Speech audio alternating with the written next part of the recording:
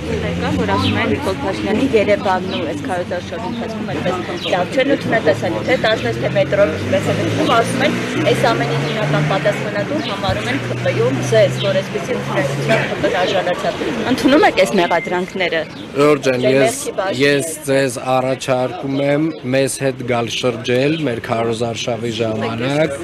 Շենգավիթ վարչական շրջանում ենք եղել հիմնականում, մեզ շատ լավ են ընդունել, իրապես շատ լավ են ընդունել եւ բազմաթիվ հարցերի շուրջ եւ խնդիրների շուրջ քննարկումներ ունեցել ենք, բայց եթե խոսքը ընդունելության մասին է Երևան քաղաքում, իրապես անկեղծ եմ ասում, այն էներգիան, որ ունեինք Երևանում, մենք նույնիսկ այդքան լավ չէինք ակնկալում։ Պարոն Աբիհյան, մենք հիշում ենք, որ 18 թվականի օրինակ եթե Նիկոլ Փաշինյանը այստեղից այնտեղ շարժվեր, թեկուզ մետրոն նստեր, պես կանգը կառներ, հա, շարժը կկանգներ։ Հիմա ինչպես ստացվեց, որ ամենը մի քանի հոգի է գալիս, ողջունում, շատեր այսպես չեն ուզում անգամ մոտենալ նրան։ Ինչ ցուցանիշ է, ինչի մասին է սա խոսում, հա, մենք մի քանի տասնյակ մետր քայլելու համար մոտավորապես 30-40 րոպե ժամանակ էինք ծախսում, այսինքն այդ հոսքը, որ գալիս էր եւ շփվում էր եւ խոսում էր, ինքը անդադար էր, ամեն քայլափոխին էր եւ իրականում Ժորժ ջան, ընդհանրապես կարող եք գալ եւ մեզ հետ այդ շրջայցերին մասնակցել։ Դուք տեսել եք։ Իրենց խնդիրների համար են եկել, պարոն Աբիհյան, ձեզ գովերքելու համար են եկել։ Մարդիկ իրենց խնդիրները չեն լուծում, գալիս են դիմում են։ Կառավարության ներկայացուցիչների, քաղաքապետարանի ներկայացուցիչների մոտենում են մարդիկ ոչ միայն մեզ գովերքելու համար եւ բացարձակ մեզ գովերքելու համար չպետք է որ մոտենան, չնայած դա էլ է տեղի ունենում, պարզա որ իրանց խնդիրներն են բարձրաձայնում եւ պարզա որ մենք էլ այդ խնդիրները լսում ենք։ Առհասարակ ուսակցության որևէ քաղաքական ուժի եւ մարդկանց միջև կապը հենց այդպեսին պետք է լինի եւ կարծում եմ որ շատ բնավ օրենսդիրով տեսնում եք ձեզ։ Ես կարծում եմ, որ իմ ունակությունները ավելի գործադիրի են, բայց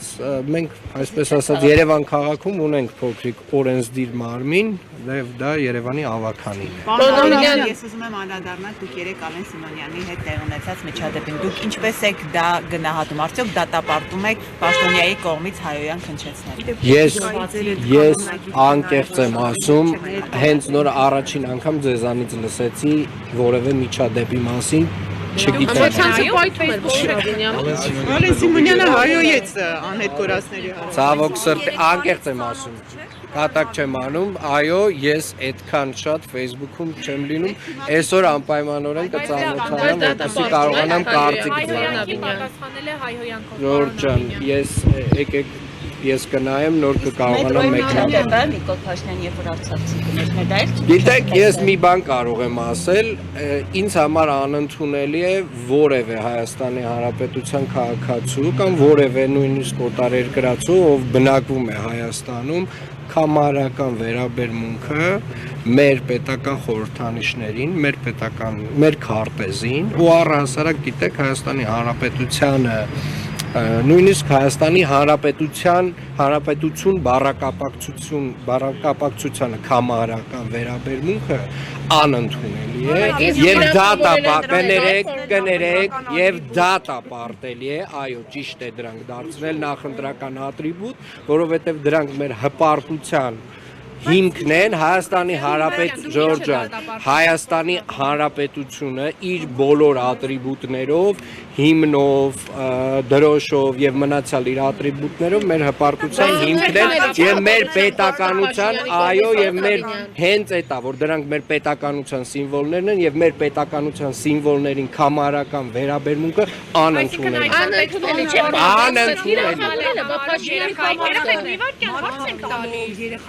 է։ Թիրախավորելը, փախած անվանել Գիտեք, ես մի բան կարող եմ ասել, վարչապետը անդրադարձել է կոնկրետ միջադեպին, ես իմ վերաբերմունքը ասեցի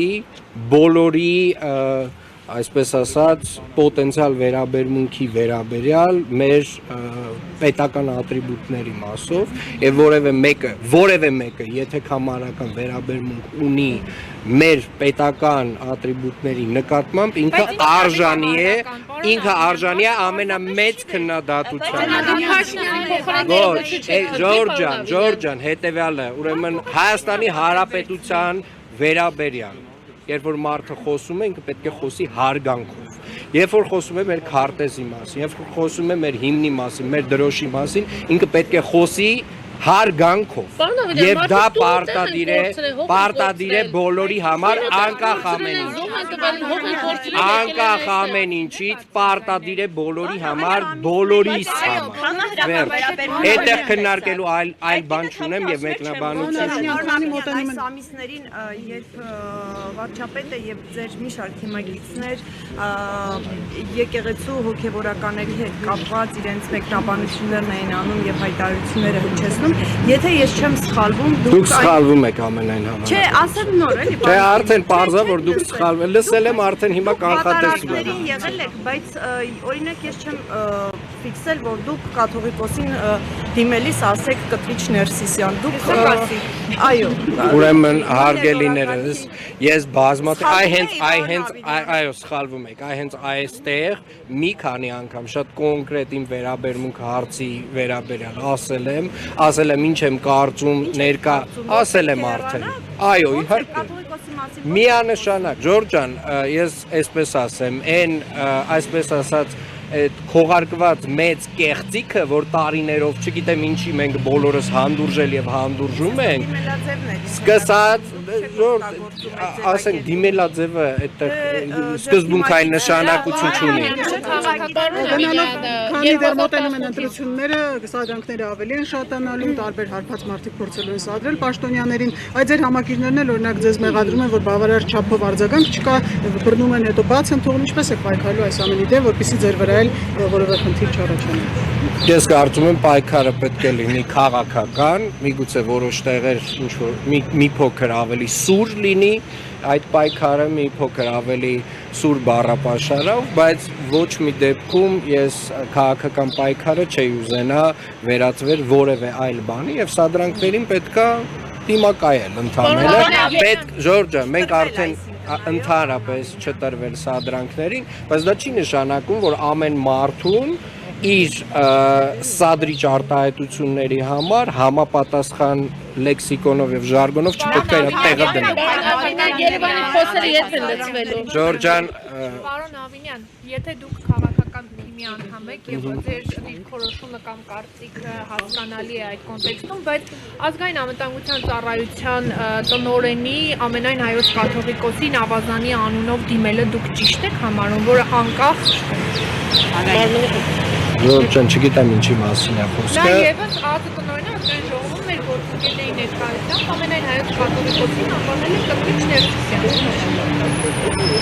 Ինչն է սխալարը, կարող է մարդու անունը Կտրիչ Ներսիսյան չի։ Բայց դա